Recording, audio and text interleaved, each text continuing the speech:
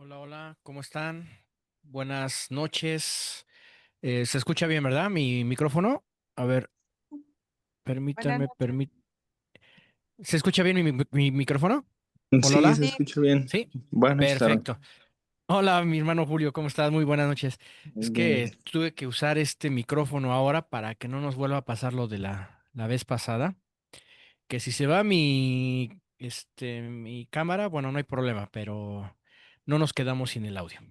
Muy bien, hermanos, pues gracias a Dios por sus vidas que estamos aquí presentes y vamos a continuar con el Evangelio de Juan, el capítulo número 1. Pero ¿qué les parece si ponemos en manos de Dios este tiempo?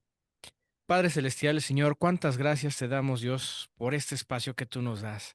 Primeramente, la vida que nos proporciona, Señor, para estar aquí reunidos virtualmente en tu nombre, Señor. Deseamos, por favor, tu presencia en la vida de cada uno de los que estamos reunidos y te pedimos, por favor, que tu Espíritu se manifieste en nuestros corazones, en nuestras mentes, para que escribas lo que tú quieres que nosotros aprendamos en este tiempo. Gracias, mi Dios, por este galardón, por este privilegio de estar compartiendo y también de estar aprendiendo lo que es tu palabra. Conocerte un poquito más, Dios. Te doy gracias por la vida de cada uno de mis hermanos y las personas que se van a conectar más, por favor, dales los recursos y el tiempo para que lo logren y se vean beneficiados de esta bendición. En tu nombre ponemos este tiempo, Señor, en el nombre del Señor Cristo Jesús. Amén. Bien, hermanos, pues vamos a empezar con esta clase, el Evangelio de Juan, el capítulo 1. Va a ser una clase muy bonita, hermanos. De hecho, es la primera vez que doy el Evangelio de Juan. Y lo vamos a ir tratar de ver versículo por versículo, o por grupos de versículos en algunas ocasiones, ¿sí? Pero el chiste es estudiar así muy detalladamente el Evangelio de Juan. Posteriormente, cuando terminemos Juan, si no mal recuerdo en la ruta de aprendizaje, vamos a seguir, no recuerdo si es con Gálatas, creo que sí, es con Gálatas, con la carta, la epístola a los Gálatas del apóstol Juan. Pero entonces más o menos es más la dinámica que vamos a empezar a usar. Encontré un material muy padre, muy bonito que los quiero compartir a ustedes y pues vamos a comenzar ya sin tanto preámbulo. El Evangelio de Juan. ¿Cómo empieza el Evangelio de Juan? Juan 1, capítulo 1, versículo 1 al 5 dice, en el principio era el verbo y el verbo era con Dios y el verbo era Dios. Este era en el principio con Dios. Todas las cosas por Él fueron hechas, y sin Él nada de lo que ha sido hecho fue hecho. En Él estaba la vida, y la vida era la luz de los hombres.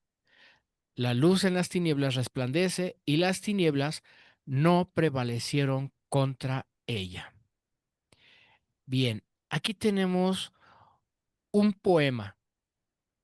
un poema del autor haciéndose referir hacia Dios. Recordemos que no necesariamente un poema tiene que estar llena de rimas, versos, ¿sí?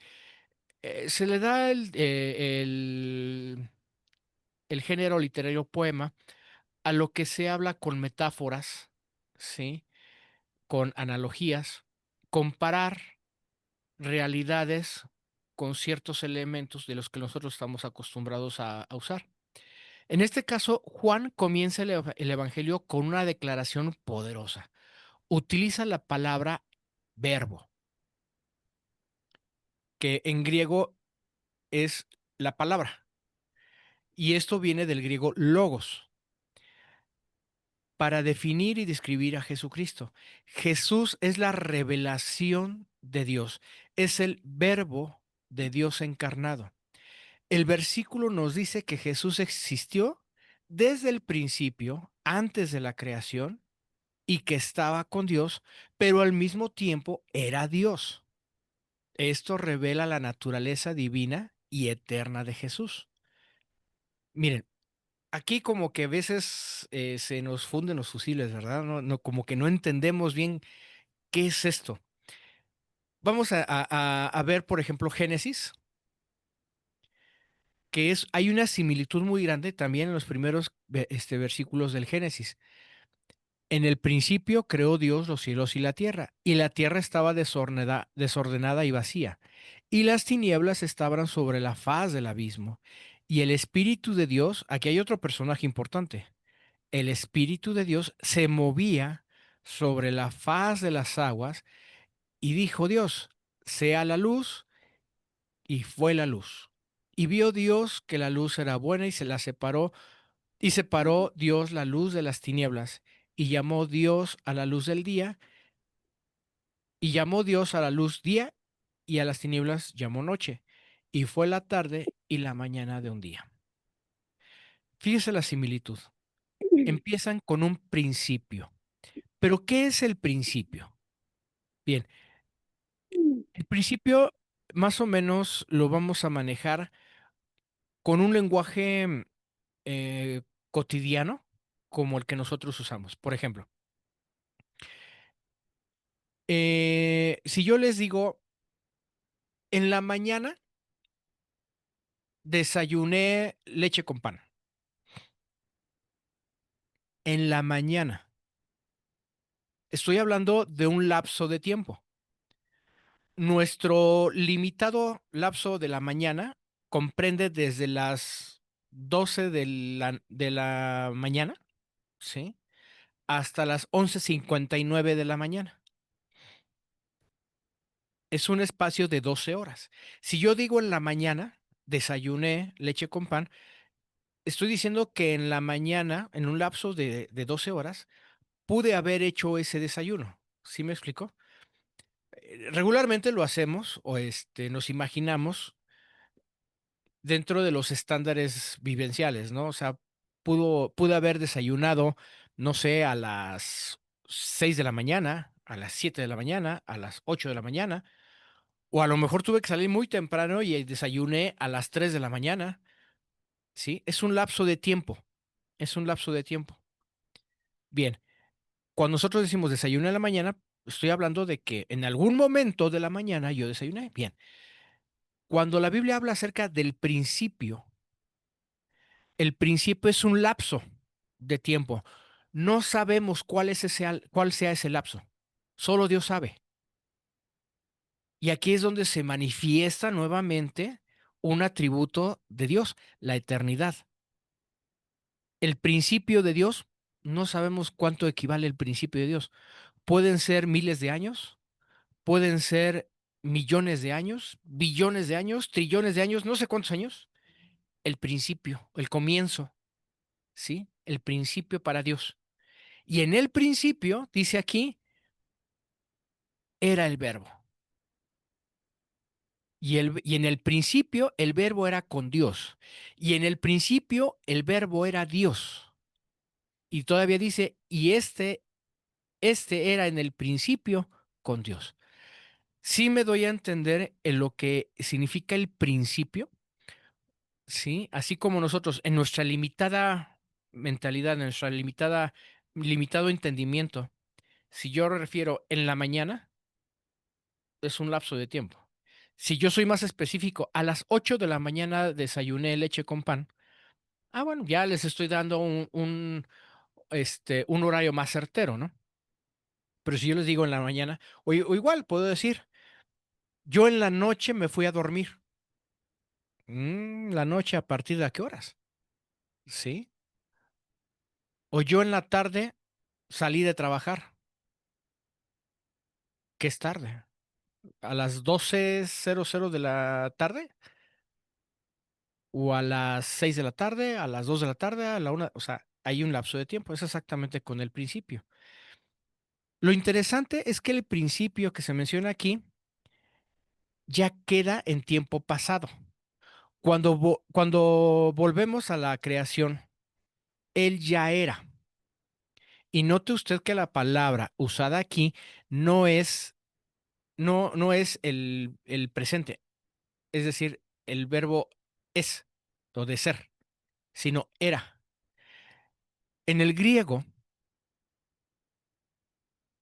es una palabra que está en pasado imperfecto, pero denota continuidad, ¿sí?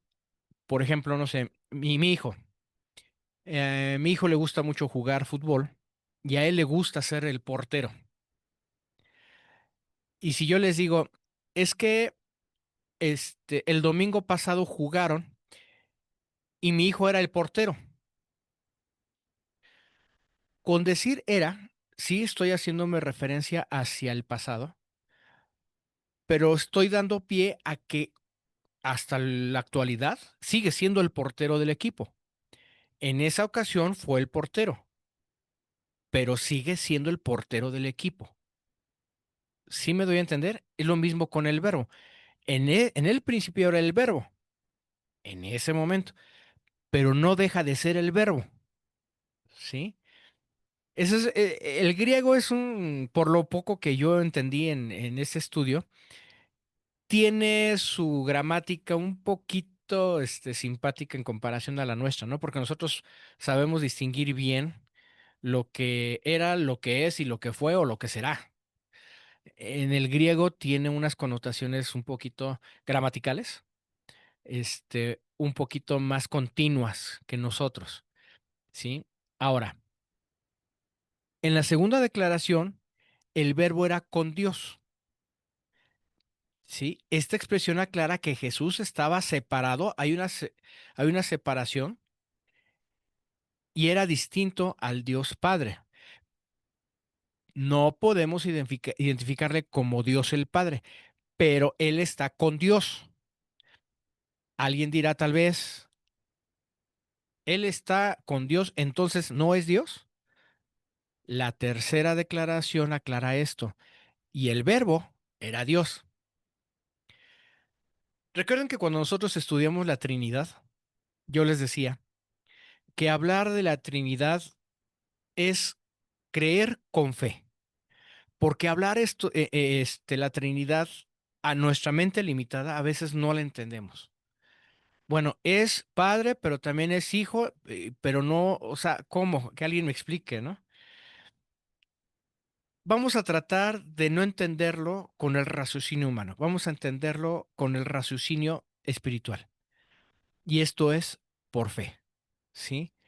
Entonces, es una declaración clara y enfática, la cual expresa que el Señor Jesucristo es Dios. Así de fácil. Ya no nos metamos con que si es Padre, que si es Hijo, que Espíritu Santo, pero que si no son, entonces ¿qué son? Vamos a dejarlo así, ¿sí? No vamos a entrar en detalles para no confundirnos. Simplemente nuestro Señor Jesucristo es Dios y lo declaramos por fe. El hecho es que en el griego, para nada más darle este énfasis terminal,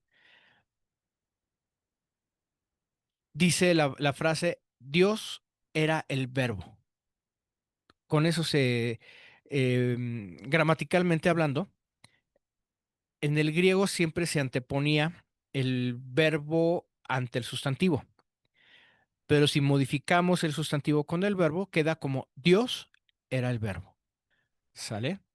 Entonces, es un poquito complejo entender el griego, traducirlo para nuestra lengua castellana, pero para no entrar en conjeturas, simplemente es Jesucristo es nuestro Dios. Ahora, hay una verdad muy simple aquí. Dice que Él estaba en la vida y la vida era la luz de los hombres. Esto no significa que Él estaba vivo, ¿sí? Él es vida. Él había vivido en el principio y sigue viviendo en nuestra era. El hecho es de que gracias a esa vida, nosotros como humanos, como hombres, como humanidad, necesitamos de esa vida y por eso estamos viviendo, ¿sí? Físicamente estamos hablando. Pero sin embargo, también Jesucristo es nuestra vida espiritual. Y esto lo confirmamos, por ejemplo, en Efesios 2:1. El apóstol Pablo les dice a los efesios, y Él les dio vida a ustedes porque estaban muertos en sus delitos y pecados. Fíjese bien el poder de nuestro Señor. Nos da vida física y nos da vida espiritual. Usted y yo tenemos vida espiritual. Los que no han aceptado a Cristo en su corazón no pueden gozar de vida espiritual. Tienen vida física, respiran, comen, se bañan, trabajan, lo que quieran, pero no tienen vida espiritual. Sin embargo, gracias a nuestro Dios, hemos sido resucitados porque antes estábamos muertos en nuestros delitos y pecados. Bien, con esto queda claro, con este preámbulo del apóstol Juan, queda claro que Jesucristo es Dios. No hay cavidad alguna. Sin embargo, mis hermanos, lamentablemente hay sectas que niegan la divinidad de Jesús.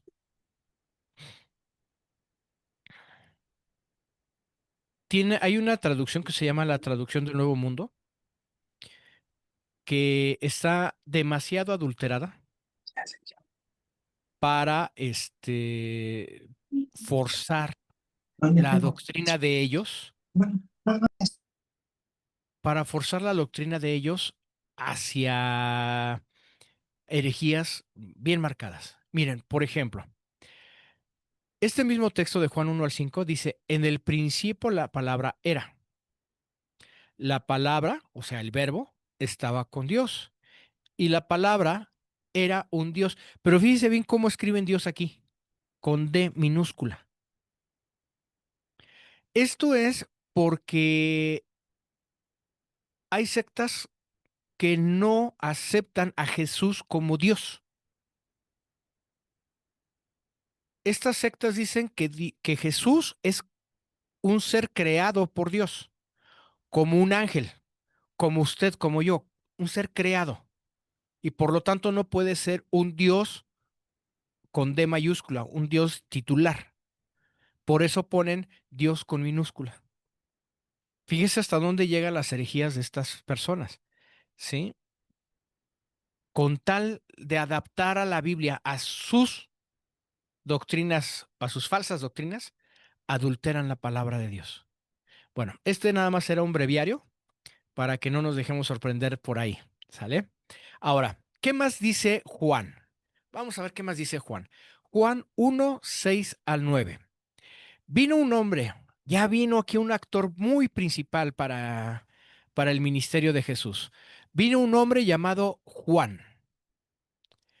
Dios lo envió como testigo para dar testimonio de la luz, a fin de que por medio de él todos creyeran. Juan no era la luz, sino vino a dar testimonio de la luz. Esa luz verdadera, la que alumbra a todo ser humano, venía a este mundo. Dice aquí que Juan dio testimonio de la luz. O sea, él era testigo de la luz. Sin embargo, él no era la luz, ni se proclamó como la lámpara maravillosa. Simplemente lo único que dijo es, existe la luz. La misión de Juan el Bautista era dar testimonio de Jesús, es decir, de esa luz verdadera. Juan vino a llamar a la gente al arrepentimiento y a guiarlos a creer a Jesús como el Salvador. Su testimonio fue esencial para que otros vieran y reconocieran a Jesús. En la vida actual, nosotros, así como Juan, estamos llamados a ser testigos de la luz de Cristo. Nuestras vidas deben apuntar hacia Él y ayudar a otros a crecer. Debemos recordar siempre que Jesús es el foco central de nuestra fe. Nuestro papel es señalar a otros hacia Él, reconociendo nuestra dependencia de la luz verdadera. Cuando dice que Jesús era testimonio, ¿sí? Es decir, que su conducta daba, emanaba lo que era la luz, lo que había hecho la luz en su vida. Y es lo que nosotros queremos dar, nosotros, testimonio de lo que ha hecho Jesús en nuestras vidas. Ahora, vamos a entender que un contexto histórico. Juan, estrictamente hablando, era primo de Jesús. ¿Sí se acuerdan de ese detalle?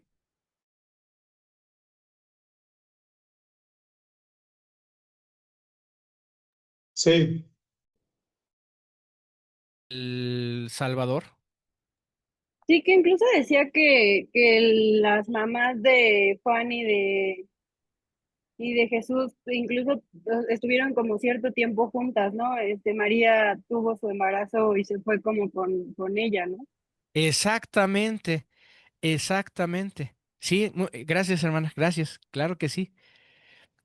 Y de hecho, cuando María fue anunciada de su embarazo, Elizabeth ya tenía 6 meses de embarazo, si lo recuerdan. Entonces, Juan, cronológicamente hablando, era mayor que Jesús y eran primos. Bueno, vamos a tenerlo como contexto nada más. Yo no sé, la Biblia no relata nada, ¿eh? Dice la hermana América, la madre de Santiago y Juan, conocida habitualmente por el nombre de Salomé, también pudo haber sido hermana de María. Exactamente. Entonces, pudo haber, cronológicamente hablando, las crónicas dicen que pudo haber sido también Santiago y Juan, parientes de Jesús. Que eso después lo vamos a corroborar ya más adelante en los evangelios, pasadito de la mitad del evangelio de Juan. Sí, gracias, hermana América, cómo no. Yo no sé, en la Biblia no se muestra la infancia de Jesús, pero seguramente tanto Juan como Jesús de niños pudieron haber convivido, por supuesto. Tal vez hasta jugado, no sé, no sé, no sé, no tengo idea, ¿no? Simplemente estoy haciendo alusión de que Jesús vino a ser verdaderamente hombre y como humano, pues también tenía destellos, necesidades como humano. Entonces, bien, Jesús y Juan pudieron haber tenido mucha convivencia, ¿sí? Aquí la cuestión es de que Juan, pese a que era mayor que Jesús por meses, Juan nunca perdió de vista cuál era su objetivo. Y conforme fue creciendo y fue aprendiendo, porque Juan era erudito de Biblia, conocía Biblia, conocía la Torá, supo perfectamente cuál era su misión en este mundo. Lo cual eso nos llena a nosotros también de curiosidad para saber para qué venimos a este mundo. Dios es un Dios de propósitos. Entonces, usted, mi hermana, mi hermano, tiene un propósito en esta vida. Y ya conforme va uno creciendo en conocimiento, se va dando uno cuenta cuál es el propósito de, de Dios en nosotros para que nosotros lo desarrollemos. Ahora, pasando a los siguientes versículos. Juan 1, 10 y 11. En el mundo estaba, o sea, el verbo, Jesucristo, y el mundo por él fue hecho, pero el mundo no le conoció. A lo suyo vino y los suyos no le recibieron. ¿Ha oído usted el refrán, nadie es profeta en su tierra? Yo creo que todos lo hemos oído, ¿verdad? En alguna ocasión. Sí. Pues le tengo una sorpresa. Seguramente ustedes ya lo sabían, pero para los que no, ese refrán es bíblico y se encuentra en Lucas 4:24. Palabras de nuestro Señor Jesucristo. Nadie es profeta en su propia tierra. O sea, vino Jesús aquí a la tierra y lo desconocieron. A los suyos vino, o sea, con los judíos. Él era judío y con los judíos empezó a platicar y nadie le hizo caso. ¿Sí? A nuestro Señor Jesucristo lo difamaron, lo insultaron, le hacían cuantas groserías y media. A nuestro Señor Jesucristo lo traicionaron. A nuestro Señor Jesucristo lo asesinaron. ¿Quiénes? Los mismos judíos. Por eso es que Cristo dijo, nadie es profeta en su tierra. ¿Sí? Entonces, esa es una verdad que Juan está plasmando en su evangelio. Si a Jesucristo, siendo Él Dios, siendo Él el Verbo, no lo reconocieron como profeta, sino al contrario, lo injuriaron, lo calumniaron, le dieron falso testimonio, lo traicionaron, lo golpearon, lo azotaron y por ende también lo asesinaron, su misma gente. Pero ahora, nosotros, que nosotros hemos recibido a nuestro Señor en nuestro corazón, ¿qué dice Juan? Juan 1, 12 y 13. Mas todos los que le recibieron, a los que creen en su nombre, les dio potestad de ser hechos hijos de Dios. ¡Wow! ¡Qué maravilloso! Somos hijos de Dios por el simple hecho de haberlo aceptado en nuestras vidas, los cuales no son engendrados de sangre, ni de voluntad de carne, ni de voluntad de varón, sino por Dios. Nosotros hemos aceptado a nuestro Señor en nuestro corazón y recíprocamente el Señor nos ha hecho hijos de Dios. Esto es algo extraordinario, eso es algo sublime. Esto es posible mediante la fe en Jesucristo. Cuando creemos en Jesús y en su nombre, simplemente Dios nos adoptó a su familia. ¿Por qué decimos que somos adoptados? Porque no somos judíos, ¿sí? Jesús vino a los suyos, o sea, con su pueblo escogido, la nación santa, y lo rechazó. Pero existe una otra muchedumbre, otro redil de otras ovejas, que son los no judíos, nosotros, que sí aceptamos al Señor en nuestro corazón y por ende nos hace hijos de Dios. Somos adoptados y recibimos una nueva entidad. Ser hijo de Dios es un privilegio incomparable. A través de la fe de Jesús tenemos acceso a una nueva vida. Tenemos una familia divina con todos los derechos y bendiciones que esto implica. El apóstol Pablo dice que somos coherederos de Jesús. ¿Qué es un coheredero?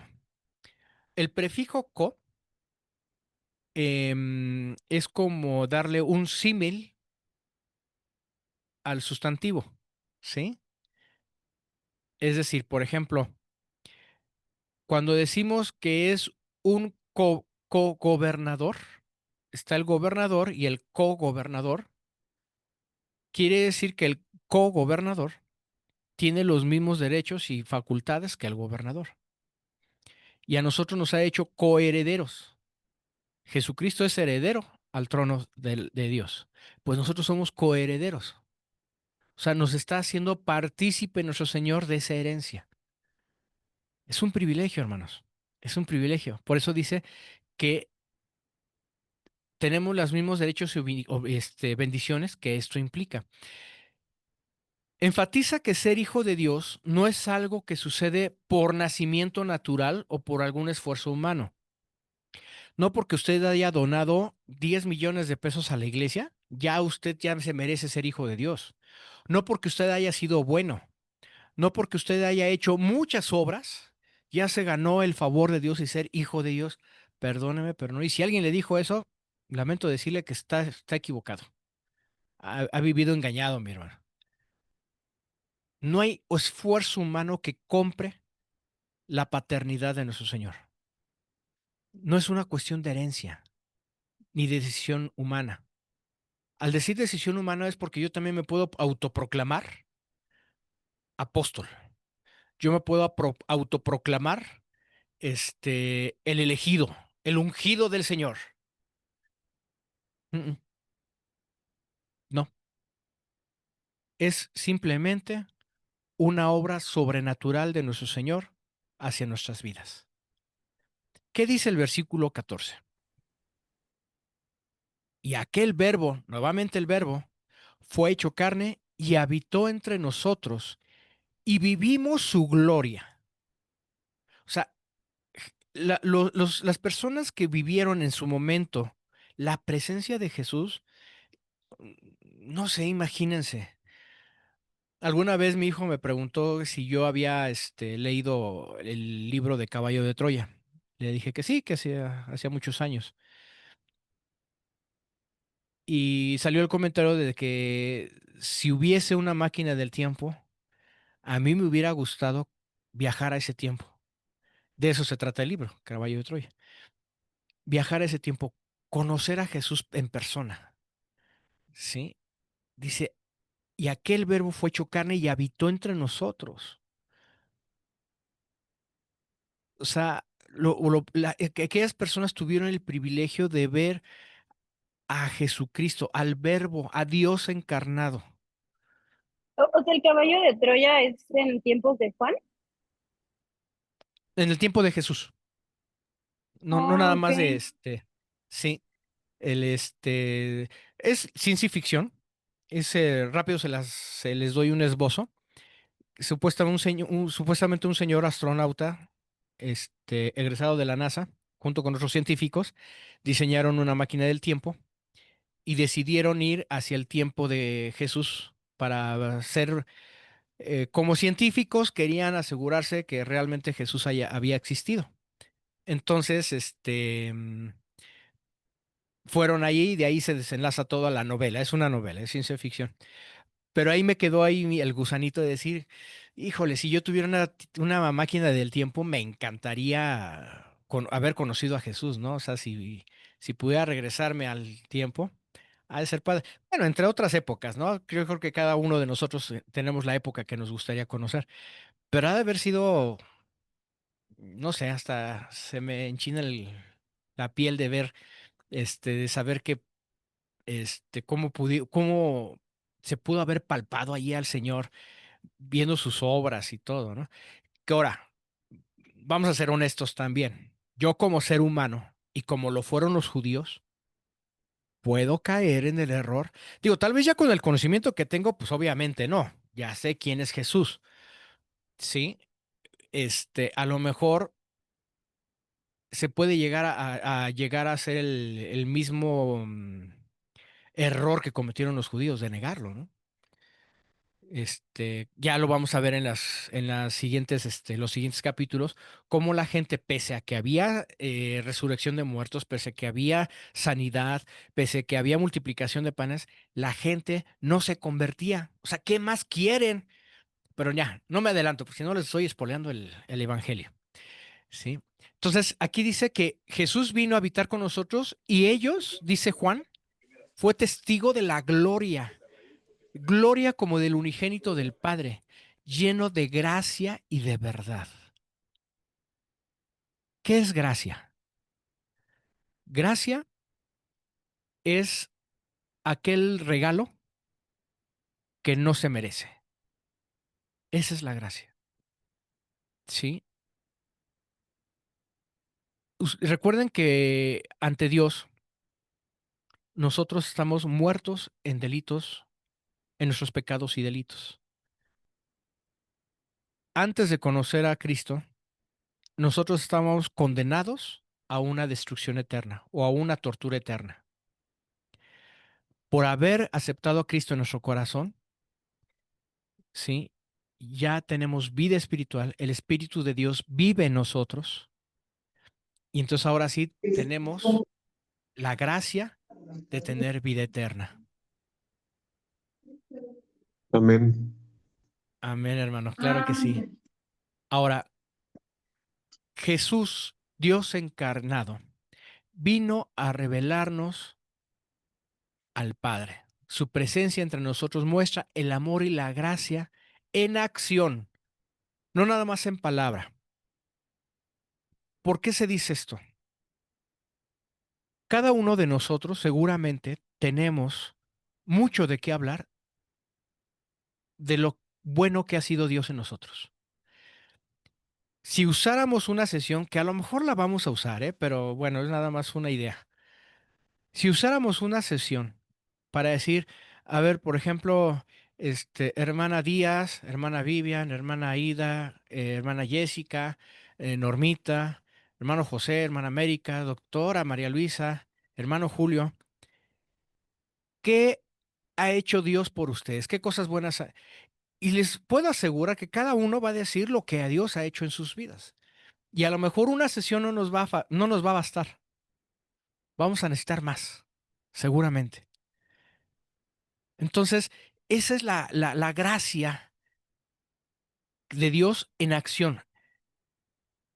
Dice el salmista que miles son sus misericordias cada día en nuestras vidas y las aumenta cada día. ¿Sí? Entonces, a eso se refiere con que la gracia de Dios sigue trabajando en nosotros, sigue trabajando en nosotros. Ahorita este tiempo que nosotros tenemos es un tiempo de gracia, ¿sí? Porque nos está dando conocimiento de lo que es nuestro Dios. Vamos a ver qué dice el versículo 17.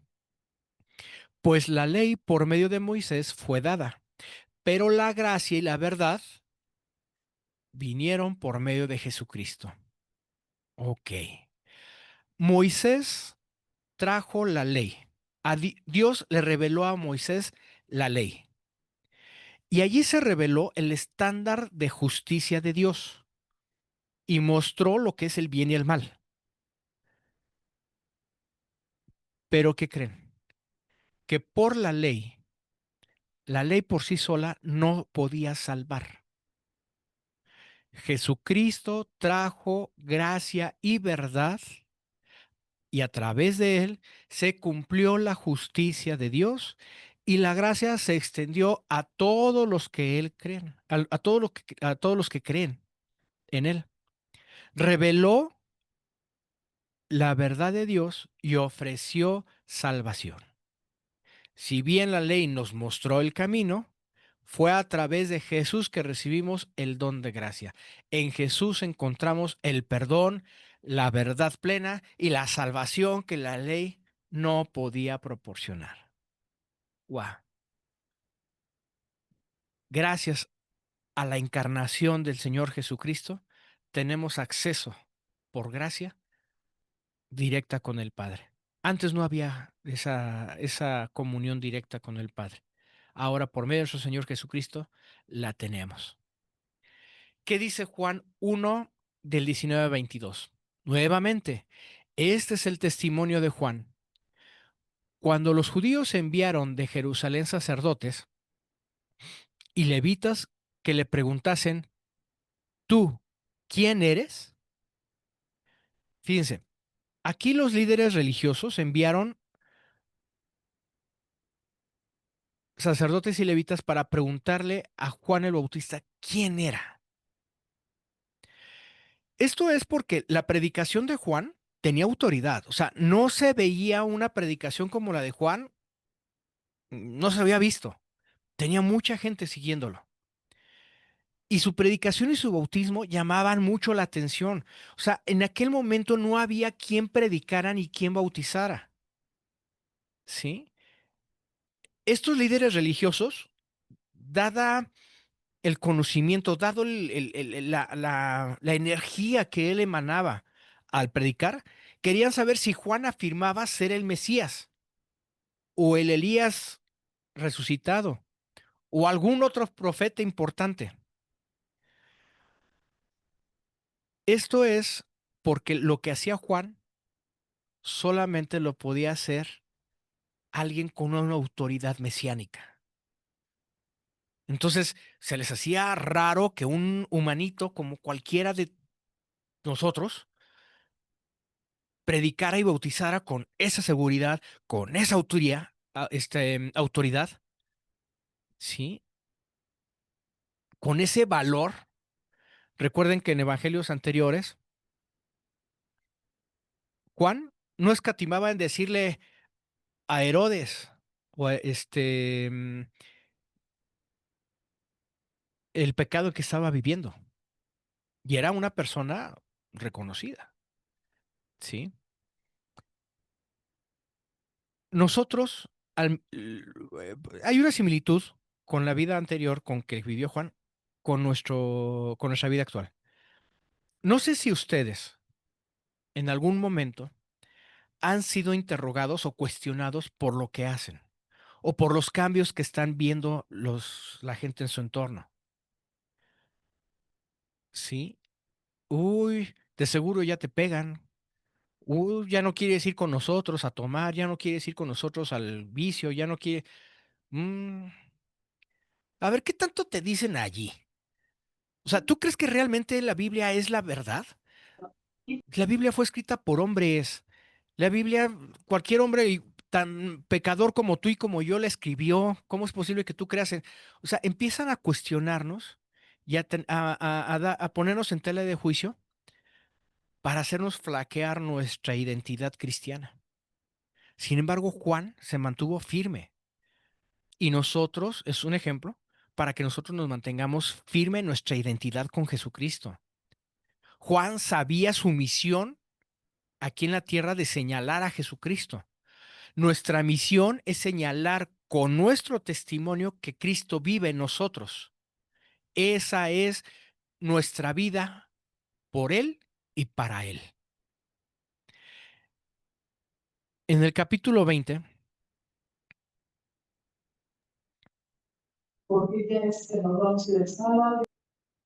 en el capítulo 20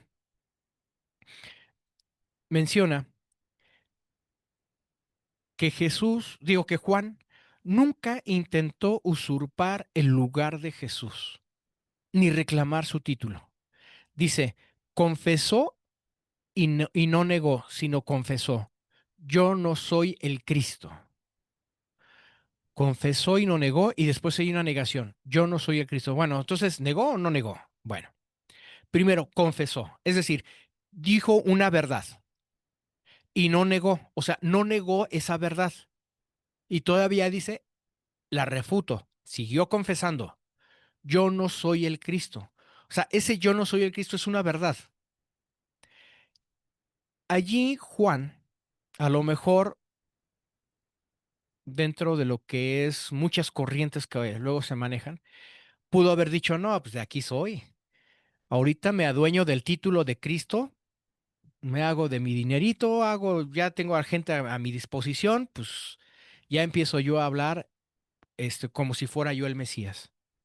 Y sin embargo, no lo hizo. No reclamó ningún título. No se hizo pasar por apóstol, no se hizo pasar por ungido o el elegido, ¿no? Simplemente él dijo, no soy el Cristo, punto, sin dar más explicaciones.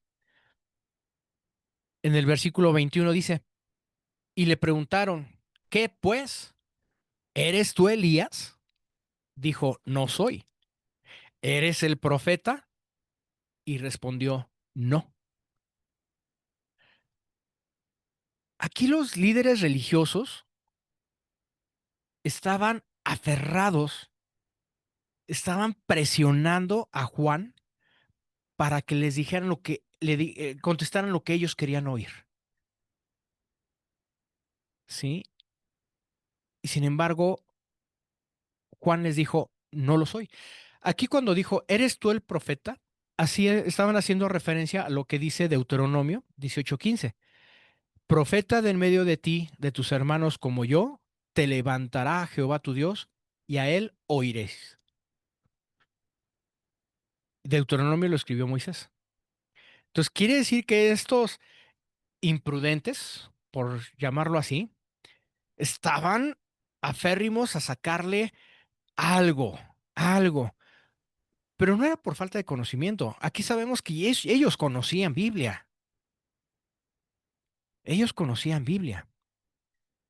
En el versículo 22 dice, le dijeron, pues ¿quién eres?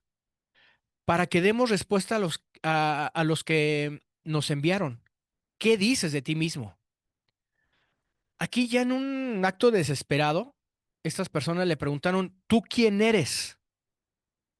O sea, aquí, y déjenme usar la palabra, el morbo de estas personas, de estos enviados, estaban ejerciendo presión, presión, presión a Juan para caerle en una respuesta difamatoria, blasfémica,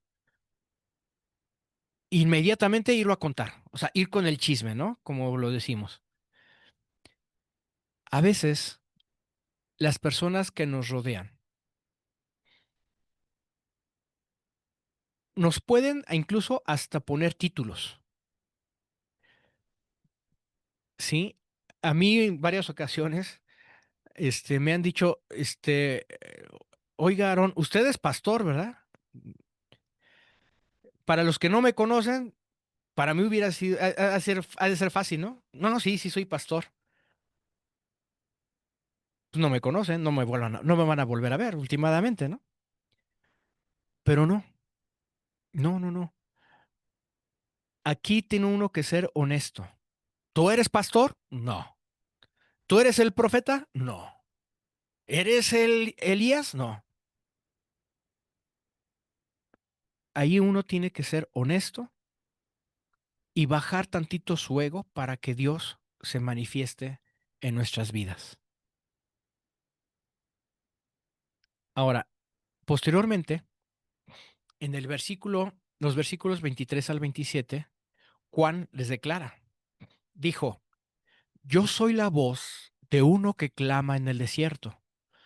O sea, yo soy la voz que cualquiera puede clamar en el desierto. O sea, yo soy uno más de tantos que pueden proclamar en el desierto. Enderezad el camino del Señor, como dijo el profeta Isaías. ¿A qué se refiere? A Isaías 43.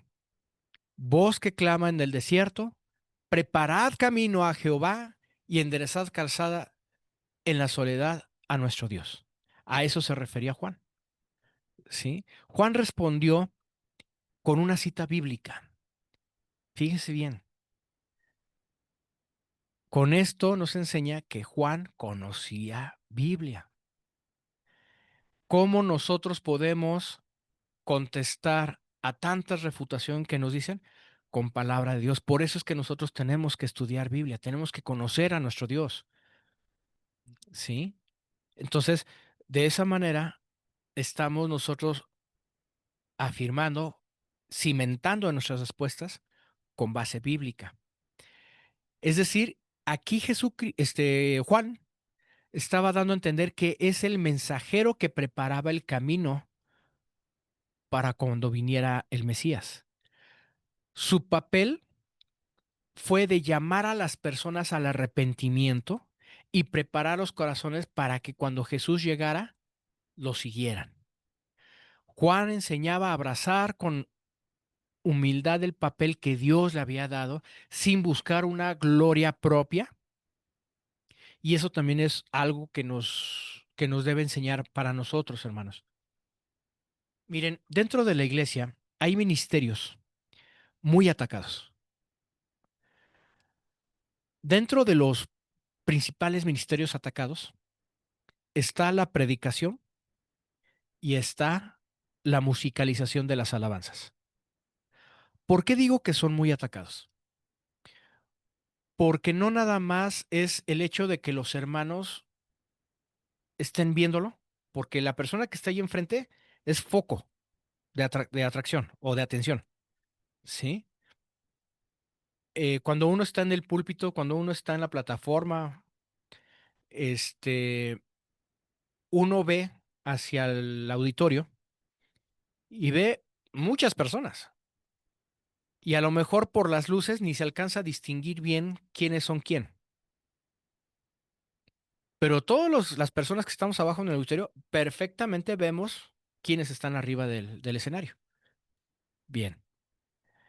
¿Por qué digo que son muy atacados? Una, porque el mismo auditorio los puede atacar diciendo, ese señor, ese pastor, uy, ese que mal canta, uy, ese guitarrista, ya se le fue una nota mal. O sea, están en el foco de atención.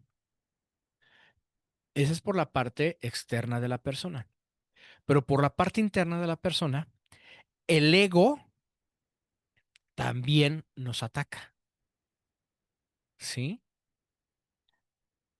Este, tristemente les puedo decir que yo he conocido predicadores, he conocido músicos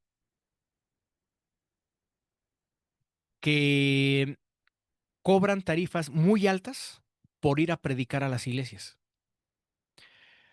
Yo no estoy en contra, yo no estoy en contra de que reciban una dádiva por ir a ministrar, porque existen gastos que se hacen, ¿sí?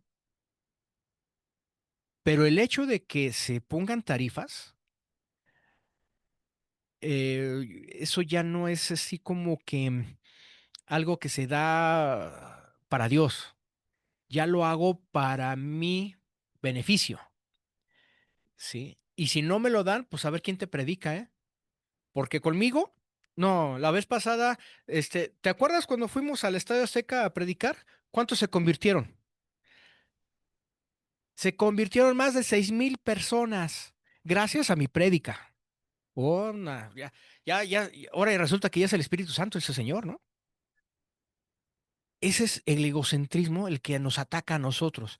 Y es un mal tan sutil, ¿sí?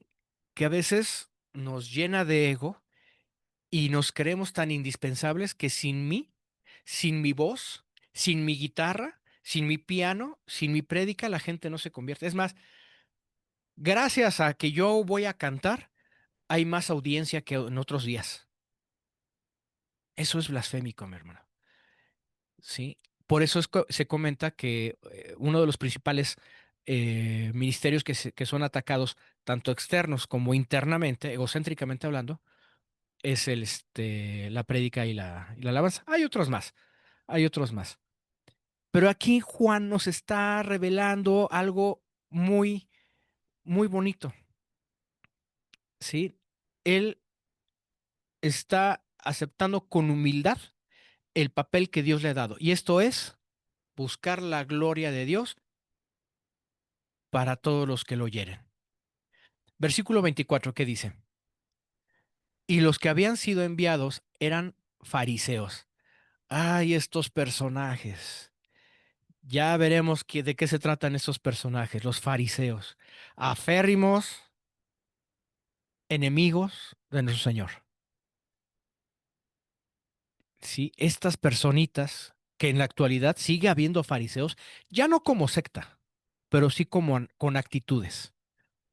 Nada más se andan fijando a ver qué hace, qué no hace, cómo viste, cómo calza, cómo habla, para estarlo señalando y decir, tú no tienes a Dios en tu corazón.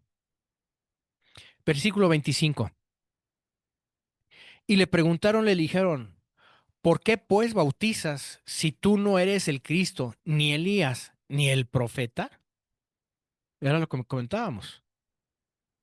Juan tenía, con base a lo que hacía, se había ganado el favor de la gente y la gente, o por deducción, si ustedes quieren, Juan nunca lo dijo, pero por deducción pensaban que, o tenían duda si era el Cristo, el Elías o el profeta, porque no se había visto algo semejante en aquellos tiempos, en aquellos momentos. Juan les respondió diciendo, yo bautizo con agua, mas en medio de vosotros está uno a quien vosotros no conocéis. Juan explicó que su bautismo era solo con agua, símbolo de arrepentimiento. Es un simbolismo. Luego les reveló algo importante.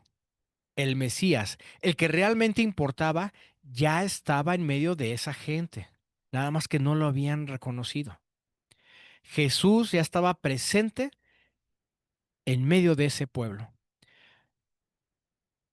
Muchas veces Dios está obrando a nuestro alrededor, está presente en nuestra vida, está presente en nuestro trabajo, está presente en nuestra casa, está presente en todos lados, pero a veces no lo vemos, no lo reconocemos, ¿sí? Y a veces hasta reprochamos.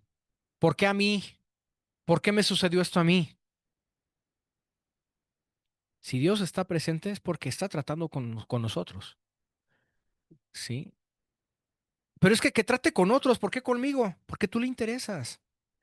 Porque eres hijo de Dios, y eso vamos a entenderlo bien claro. Por ser hijo de Dios, Dios ama, más bien Dios disciplina al que ama. Si nosotros estamos pasando por una prueba de disciplina, porque a lo mejor dijimos, creímos, actuamos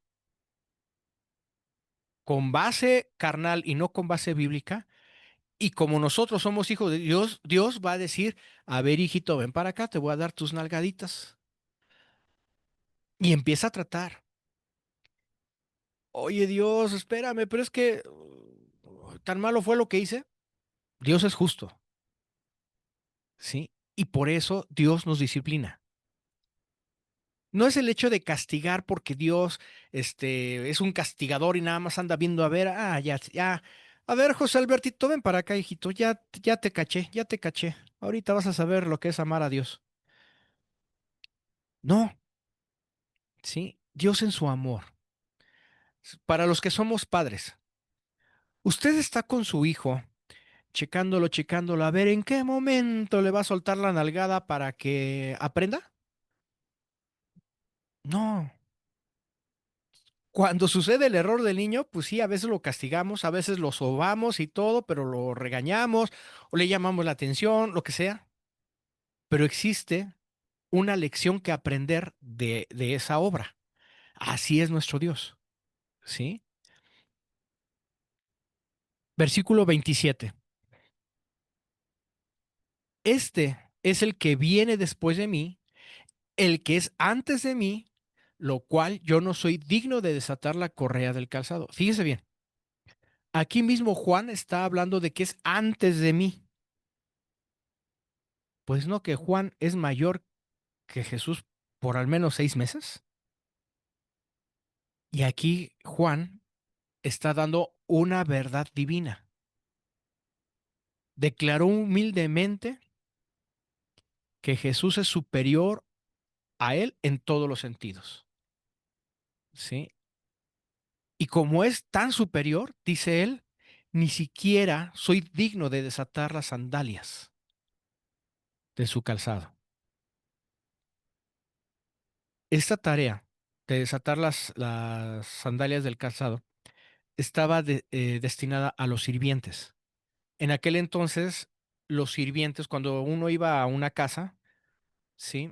Los sirvientes tenían la obligación de que los visitantes los sentaban, los acomodaban, les quitaban, sin pedirle permiso, ¿eh? Los sentaban, los acomodaban y les quitaban las sandalias para lavarle los pies. Ese era un servicio, bueno, un trabajo de servidumbre. Y sabemos de antemano, sí, que ese tipo de servicios no son nada agradables y lo hace la gente de jerarquía lo más inferior. Pues aún Juan decía, no soy digno ni siquiera de ser el sirviente del Señor. O sea, hasta dónde llegaba la humildad, ¿sí? En el versículo 28 dice, y estas cosas sucedieron en Betábara o Betania, al lado del Jordán, al otro lado del Jordán, donde Juan estaba bautizando. Más o menos aquí les quise poner un mapa para saber dónde estaba Betábara. Galilea está un poquito más aquí arriba. Por eso dice que estaba al otro lado del Jordán, o sea, todo hasta acá. Toda esta línea que está aquí es el río Jordán. Entonces, aquí, no sé si ven mi flechita, si no, ahorita pongo mi láser. Aquí está. Todo esto que está aquí es el Jordán. Cruza el mar Salado. Este es el mar, no me acuerdo cuál es, cómo se llama este mar. O pues es parte del Jordán. Y aquí estaba Betábara. Entonces, del otro lado del Jordán dice, estaba aquí más o menos. Es lo que dice las crónicas. Ujú. Entonces, con este versículo les quise enseñar este mapita para que más o menos nos demos una idea de cómo, por dónde estaba Juan haciendo su labor bautismal. Juan 1:29 al 34. Al día siguiente vio Juan a Jesús que venía a él y dijo, He aquí el Cordero que quita el pecado del mundo. Este es de quien yo dije, después de mí viene un varón, el cual antes de mí, porque era primero que yo. Aquí ya está anunciando al Cordero. Dice el hermano, ¿actualmente qué lugares son? Ay, mi hermano, ahora sí me pusiste en ascuas. Si no mal recuerdo, creo que es ahorita lo que se conoce como Irak e Irán, por esos rumbos. Pero es buena pregunta, se los contesto. Sí, qué buena pregunta me hiciste, mi hermano. No la pensé para esta clase, pero sí, te la investigo, hermano. Cómo no, con mucho gusto. Este es uno de los momentos más importantes del testimonio de Juan, que vio acercarse a Jesús y lo proclamó como el Cordero de Dios, el que sacrificaría su vida para quitar el pecado del mundo. ¿Sí? O sea, Juan ya sabía cuál era también el destino de Jesús. Mediante su sacrificio iba a quitar el pecado del mundo. Y esa información que Juan supo vino por medio del Espíritu. O sea, ni los líderes religiosos estaban conscientes de lo que era el ministerio del Mesías. Y digo líderes religiosos porque eran estudiosos. En aquellos días eran verdaderos estudiosos. O sea, digamos que era la universidad teológica más grande que en su época podía haber. Y no habían reconocido cuál era el propósito de Jesús. Y Juan aquí lo aseguró, que quita el pecado del mundo. ¿Mediante qué? Mediante un sacrificio. Esta es la referencia al sacrificio final que haría en una cruz, cumpliendo el papel de cordero expiatorio por los pecados. Jesús es el Cordero de Dios, aquel que voluntariamente dio su vida para salvarnos del pecado. Su muerte en la cruz fue el sacrificio perfecto y gracias a él podemos tener perdón y vida eterna. Esa es la declaración que está manifestando aquí Juan. Versículo 30. Sí, 31, perdón. Y yo no le conocía. Pues no que eran primos. Y como que yo no le conocía. Justo yo eso iba a preguntar, que a lo mejor pues él sabía porque a lo mejor su mamá le había contado que el ángel se le había parecido a María o algo así. Pero esa Sí. parte de que él no lo conocía, a mí también como que me hace... Sí, hermana. Qué bueno que lo que menciona la moción. Efectivamente, no olvidemos que tenía una influencia, tanto Juan como Jesús tenían una influencia familiar. Sí, digo, no era un secreto que Juan vino de una anciana. Tanto Zacarías como Elizabeth ya no podían tener bebés, ya estaban ancianos. Eso era un milagro. O sea, Juan vino de un milagro. ¿Sí? Entonces, desde ahí partimos en que seguramente los papás de Juan participaron en la instrucción de Juan para decirle, mira, hijo, eso es así, eso es acá. Eso. Ahora, el papá de Juan era sumo sacerdote, conocía Biblia también. Entonces, por supuesto que tuvo instrucciones, si tuvo en educación bíblica Juan. Y aún así dice, yo no le conocía. Ok, recuerden que tenemos la parte carnal y la parte espiritual. En la parte carnal seguramente se conocían, no dudo que se hayan hecho hasta bromas, no dudo que hayan jugado, pues eran primos, eran primos. Y tenía también, como dice la hermana Jessica, tenían la convivencia directa con María, porque eran familiares, eran familiares. Sí, entonces Juan creció en una cuna totalmente bíblica, pero nada más lo conoció como ser humano. Hasta ahí Jesús no había hecho ninguna señal, ninguna señal. Hay libros apócrifos, hay evangelios apócrifos. Ay, no recuerdo cuál es. Creo que es el Evangelio de Pedro. Ah, creo que sí. Habla de que supuestamente cuando Jesús era niño, este, por ahí tuvo como que un berrinche de niño con un animalito. Ese no es Jesús. O sea, Jesús no pecó en nada.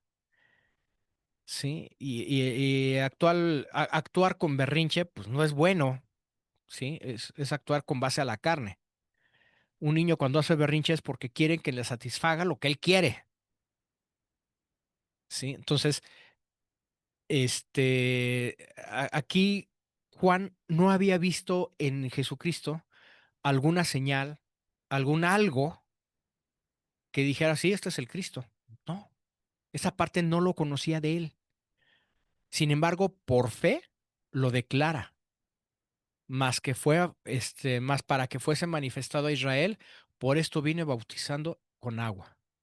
¿Sí? O sea, él estaba haciendo una declaración de fe.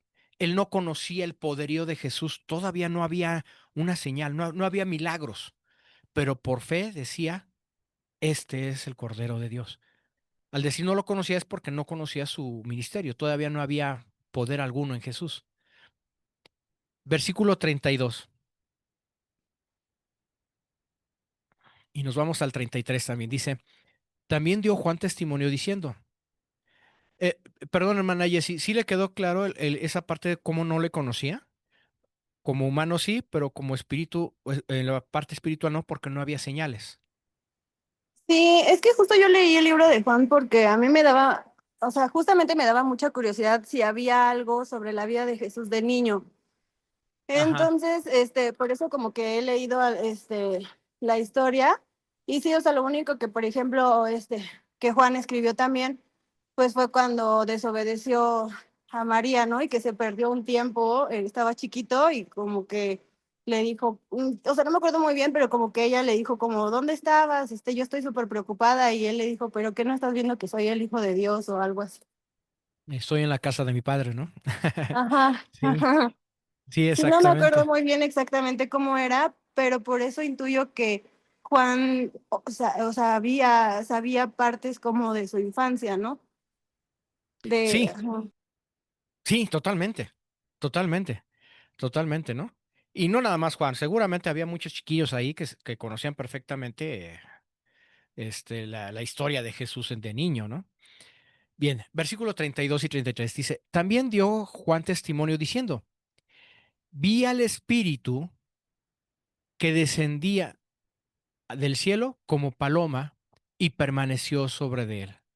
Y yo no le conocía, pero el que me vio bautizar con agua, aquel me dijo, sobre quien veas descender el Espíritu y que permanece sobre él, este es el que bautiza con el Espíritu Santo. Sí, aquí se ve la manifestación de Dios aprobando el bautizo de Jesucristo mediante el Espíritu Santo descendiendo como paloma. No quiere decir que era una paloma literal, ¿sí?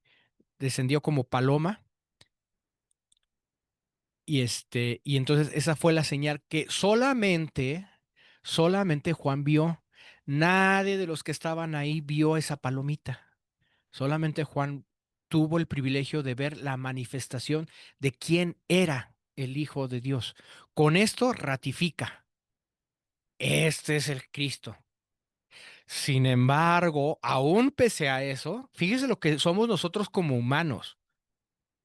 Ya vio Juan quién era el escogido de Dios. Ya vio Juan quién era el escogido de Dios. Y todavía en capítulos posteriores vamos a ver que de pronto como que Juan dudó. Ya lo vamos a ver, ya lo vamos a ver. Pero en ese momento solamente a Juan se le permitió ver la manifestación del Espíritu en Jesús, haciendo descender sobre él como una paloma. Y así fue como él se quedó con esa impresión. Versículo 34. Y yo le vi y he dado testimonio de que este es el Hijo de Dios. Nosotros, en nuestras vidas, hemos visto muchas manifestaciones de Dios en nuestras vidas. A veces estamos tan afanados en nuestro trabajo, en nuestra casa, en entretenimientos, en, en cosas X, que no percibimos la manifestación del Espíritu en nuestras vidas. Pero Dios sigue obrando, ¿sí? Entonces, esta es una invitación para que continuamente, mediante nuestros estudios, vayamos haciendo más sensible nuestro cuerpo, nuestro entendimiento a aquellas manifestaciones. Por ejemplo,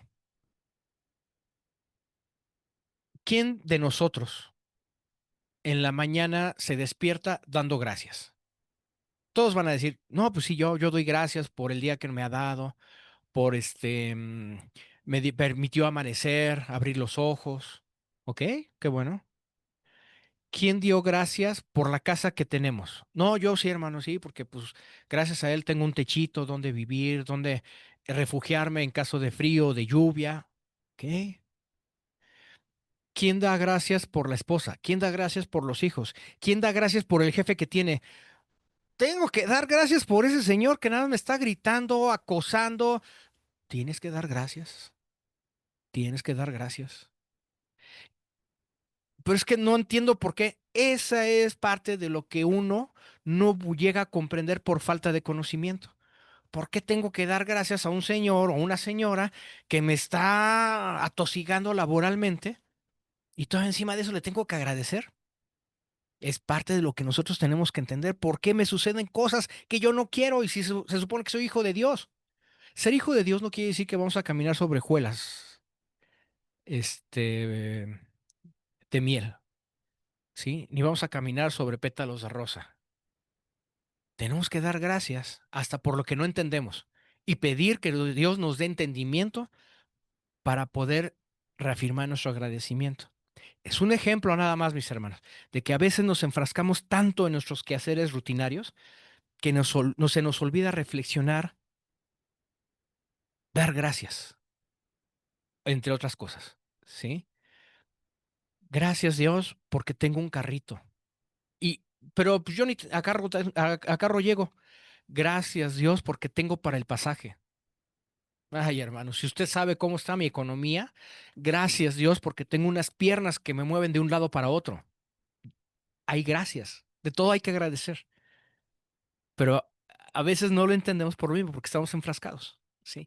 Insisto, el agradecimiento es uno de tantos ejemplos que O a veces hasta que el Señor te pone las pruebas, ¿no? Yo les contaba que pues mi esposo pues había pasado por un tema de salud y así justamente él era como muy de sí, me acompañaba a la iglesia, pero pues como su familia era más católica y así como que decía, "Ah, o sea, sí, pero no, o sea, como que hay cosas que no me encantan, ¿no?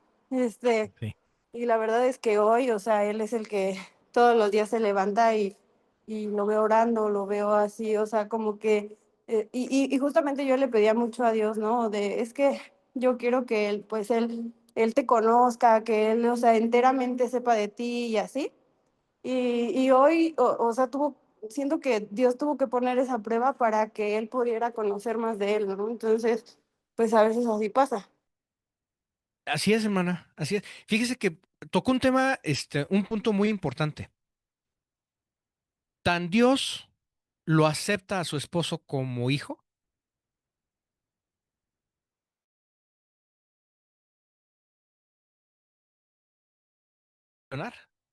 y como usted dice, ahora ya es otra actitud, ya es otro pensamiento, ya es otro razonamiento, y lo hizo entrar en razón. Así trabaja Dios. Constantemente está trabajando Dios. La hermana América dice, Mateo y Lucas hablan muy poco de la niñez de Jesús. Hay un pasaje en Lucas que justo lo que dijo la hermana sobre que se fue y dijo que estaba en casa de su padre. Juan parece no reconocer a Jesús como el Mesías hasta el momento en que fue bautizado en el Jordán, cuando el Espíritu Santo desciende sobre él. Sí, hermana, aunque sí lo reconoce como el Cordero. Y el único que puede ser reconocido como el Cordero, porque es el que va a quitar el pecado del mundo, es el Mesías. Entonces, aquí no propiamente menciona, he aquí el Mesías que viene, no, he aquí el Cordero. Y entonces allí el Cordero se da la connotación de que pues es un ser santo que va a morir por el pecado, por los pecados de toda la humanidad. ¿Sí? Muchas gracias, hermana América. Gracias por su comentario. En el versículo Ya habíamos terminado esto y dio testimonio de que este es el Hijo de Dios. Sí, sí, ya lo habíamos visto. Bien, ahora, ¿qué sigue después? Versículo 29 al 34. Dice, el siguiente día, otra vez, estaba Juan y dos de sus discípulos. Ay, aquí me equivoqué, perdón, hermanos. Es 35 y 36. Discúlpenme. Aquí me falló la numeración. El siguiente día, otra vez estaba Juan y dos de sus discípulos. Mirando a Jesús y andaba por ahí, dijo, He aquí el Cordero, otra vez lo manifiesta. Le oyeron hablar los dos discípulos y siguieron a Jesús. Egocéntricamente hablando, si yo tengo a mis alumnos y pasa otro maestro y dos de mis alumnos dicen, ¿sabes qué? Ya contigo, ya no, Aaron, nos vamos a seguir con ese. Yo podría sentir celos, ¿no? Pues, tanto trabajo que me costó y estos ya nada más van y siguen al primero que se les atraviesa. Pero no, o sea, Juan deliberadamente mencionó, he ahí el Cordero. Casi, casi les estaba diciendo, no hay problema, a él es el que hay que seguir, ¿sí? Y decidieron seguirlo. Posteriormente, dice, y volviéndose Jesús, vinieron y le seguían y les dijo, ¿qué buscáis? Ellos dijeron, Rabí, que traducido es maestro, ¿dónde moras? Aquí yo me imagino, es una imaginación muy personal, ¿eh? No quiere decir que sí haya sido. Casi, casi cuando los discípulos le siguen, o sea, Jesús va caminando y no se le emparejan los discípulos. Así como que atrasito, como a unos 2 metros, 3 metros, ahí van siguiéndolo, ¿no? Jesús se para y los discípulos atrás se paran. Se voltea Jesús y los discípulos así como que volteando para otros lados, así como que Jesús sigue y los discípulos van y lo siguen, ¿no? Me figuro una escena así chusca. Hasta que Jesús se voltea de repente y los confronta. ¿Qué buscáis? Casi, casi como que, ¿qué se les perdió? ¿Qué asunto tienen? Sí. Es una imaginación muy mía. Yo tengo una imaginación muy, dinámica. Pero no quiere decir que con esto Jesús haya portado grosero o algo. Yo me imagino que fue algo chusco, ¿no? Sí, así como que, a ver, señores, ¿qué tanto me siguen? Y entonces en el 39 dice, Jesús les dijo, no, perdón. Ellos le dijeron, Rabí. O sea, ya desde ahí lo están reconociendo como maestro. Ya saben que es un maestro, que traducido es maestro. Dice, ¿dónde moras? Fíjense bien la respuesta de los discípulos. No, no, no le dijeron, pues es que el Juan me dijo que tú eres el Cordero, pues queremos saber qué onda contigo, ¿no? Queremos saber cómo es que eres el Cordero. No, le dijeron, ¿dónde moras? Aquí le están haciendo una petición muy personal. Ellos quieren entrar a su intimidad, ¿sí? Si yo le dijera, no sé, por ejemplo, al hermano José Alberto, oye, brother, invítame a tu casa, ¿no? A lo mejor, como ya nos conocemos, sí, de alguna manera física y virtualmente, tal vez no me negaría su acceso. Pero para los que no nos conocemos, o sea, pues, que fue un encuentro fortuito, sí, voy y le digo, oye, tú vecino de la calle, invítame a tu casa. ¿Qué creen que me diga esa persona? Pues, estás loco, ¿cómo crees que te voy a invitar? Yo ni sé quién eres. ¿Por qué? Porque el acto de entrar a una casa, estamos compartiendo intimidad, ¿sí? Y aquí estos discípulos quieren compartir intimidad con el Señor, quieren saber dónde vive, quién es Él, qué hace, qué come, todo. Y Jesús, lejos de sentirse agredido, lejos de sentirse aludido, lejos de sentirse acosado, les dijo, venid y ven. Y fueron y vieron dónde moraba. Y todavía este par de gorrones se quedaron ahí todo el día, porque era la hora décima. La hora décima más o menos es como a las 4 de la tarde en nuestro horario actual. ¿Sí? O sea, se sintieron tan confortables, se sintieron tan cómodos que no querían irse. Y les ganó la tarde y les ganó la noche. ¿Sí? Y se quedaron ahí todo el día. Versículo 40. Andrés, hermano de Simón Pedro, aquí ya hay dos actores principales, Andrés y Simón Pedro. Era uno de los dos que habían oído a Juan y habían seguido a Jesús. Este halló primero a su hermano Simón, o sea, Andrés primero halló a Pedro, a Simón, y le dijo, hemos hallado al Mesías, que traducido es el Cristo. O sea, ese mismo ímpetu, esa misma, energía que tenía Andrés, porque todo el mundo supiera que habían conocido al Mesías, fue con Simón y dijo, ¿qué te crees? Sí, yo lo vi y es más, ha pasado cuando está Juan, a ver, vamos. Y estuvieron ahí con Juan y le dijeron, oye Juan, ¿qué onda? A ver, enséñanos que ya vino aquí el Mesías, ¿todo? Sí, pero ¿dónde está? Pues está entre todos ustedes, ¿no lo reconocen? No. He ahí el cordero que ahí viene. Ah, ¿es él? Sí. Y entonces cuando se decidieron ir a ver con ellos. En el versículo 42, y le trajo a Jesús. Mirándole Jesús, dijo, tú eres Simón, hijo de Jonás. O sea, dice aquí que Andrés se lo trajo a Jesús. No le dijo, mira Jesús, te presento a mi hermano. Él se llama Simón. No hubo tiempo. Ahí Jesús, a lo mejor estaba a punto de decirlo, cuando Jesús ni lo dejó hablar a Andrés. Y le dijo, tú eres Simón, hijo de Jonás.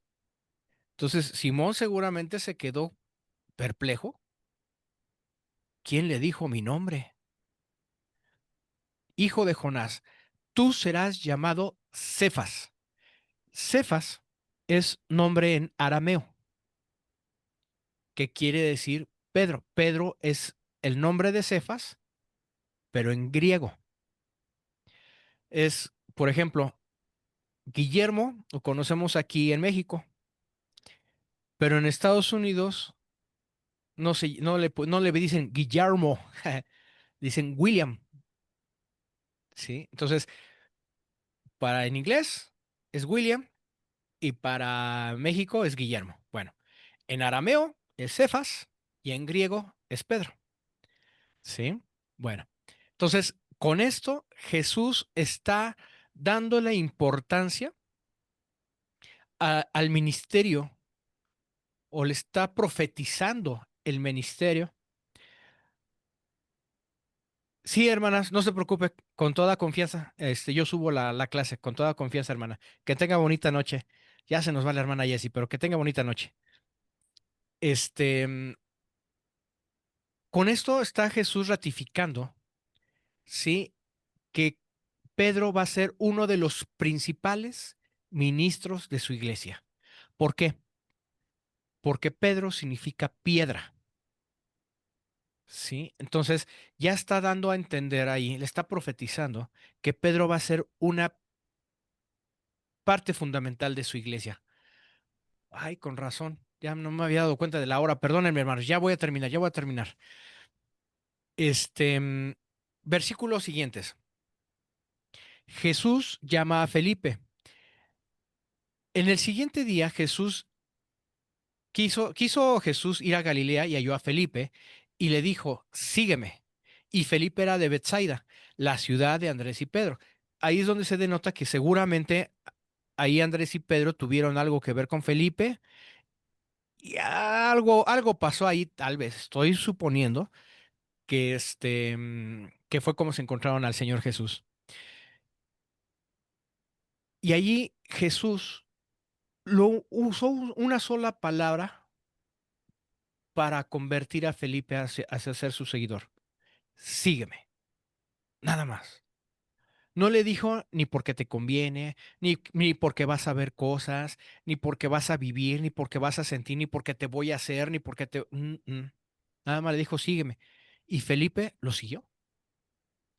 Posteriormente dice, Felipe halló a Natanael y le dijo, hemos hallado a aquel de quien escribió Moisés la ley, así como los profetas, a Jesús, el hijo de José de Nazaret. Y todavía fíjese Natanael. Natanael le dijo, ¿de Nazaret puede salir algo bueno? Le dijo Felipe, ven y ve. O sea, aquí Natanael, fíjense, a mí la connotación que a mí me da es un suponer muy personal. Es el hecho de decir, y de allí puede haber algo bueno, es una respuesta agresiva. Es una respuesta agresiva. ¿Y de Naucalpan puede haber algo nuevo, algo bueno? Es ofensiva. ¿Y de Nicolás Romero o de México puede haber algo, algo bueno? Es algo ofensivo. Entonces, ¿qué quiere decir aquí? Que yo siento que Natanael era un clasista, ¿sí? Y al referirse así, quiero pensar que Natanael tenía opulencia, tenía dinero. O sea, no, con los de Nazaret, yo qué voy a andar juntándome con los de Nazaret, por Dios. O sea, ¿qué les pasa? Y Felipe no le dijo nada. No se puso a discutir ni los pros ni los contras. Simplemente le dijo, ven y ve. O sea, cerciórate, no pierdes nada. Y eso fue lo que hizo Natanael. Cuando vio Jesús a Natanael, se le acercaba. Dijo a él, he aquí un verdadero israelita que no hay engaño. Y Natanael le dijo, ¿de dónde me conoces? Jesús respondió, antes que Felipe te llamara, cuando estabas debajo de la higuera, te vi. Esa respuesta seguramente a Natanael le cayó como bomba. ¡Guau! Nadie sabía que yo estaba debajo de la higuera y todavía me vio. Entonces dice Natanael que respondió, Rabí, tú eres el Hijo de Dios, tú eres el Rey de Israel. O sea, nada más con esa frase, nada más por decirle en dónde estaba, ya hasta reconoció, fue el Espíritu que le dio la revelación, que tú eres el Rey de Israel. Y nada más como breviario. ¿Usted sabe quién fue Natanael? Natanael se convirtió en el fiel em, seguidor, o no más bien en el fiel ayudante evangelístico del apóstol Pablo, que después en sus cartas lo conocemos como Bartolomé, ¿sí? Entonces, de hecho, de ahí se supone que Natanael tenía dinero, o Bartolomé, porque auspició mucho los viajes de Pablo. Pero bueno, ya esa es otra historia, ¿sí? Entonces, aquí vemos que definitivamente Natanael estaba intrigado. Y al ver la respuesta de Jesús, le dijo, tú eres el Hijo de Dios y por añadidura eres el Rey de Israel. Nosotros cuando experimentamos el profundo conocimiento y el poder de Jesús en nuestras vidas, nuestra respuesta natural es de adoración y el reconocimiento de quién es realmente. Usted, cada vez que usted se levanta, cada vez que usted recibe alguna bendición, la que sea, sí, no olvide de adorar a Jesús.